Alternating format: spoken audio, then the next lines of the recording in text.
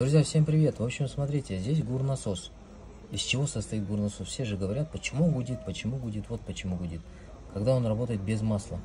Эта часть, она стоит в этой части. Прокладка, крышка. Крышку открываем, убираем прокладку.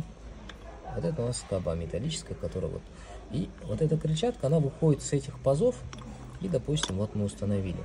Когда работает гидроусилитель руля, вот эти маленькие крыльчатки, они выходят, видите, и они сейчас будут заходить.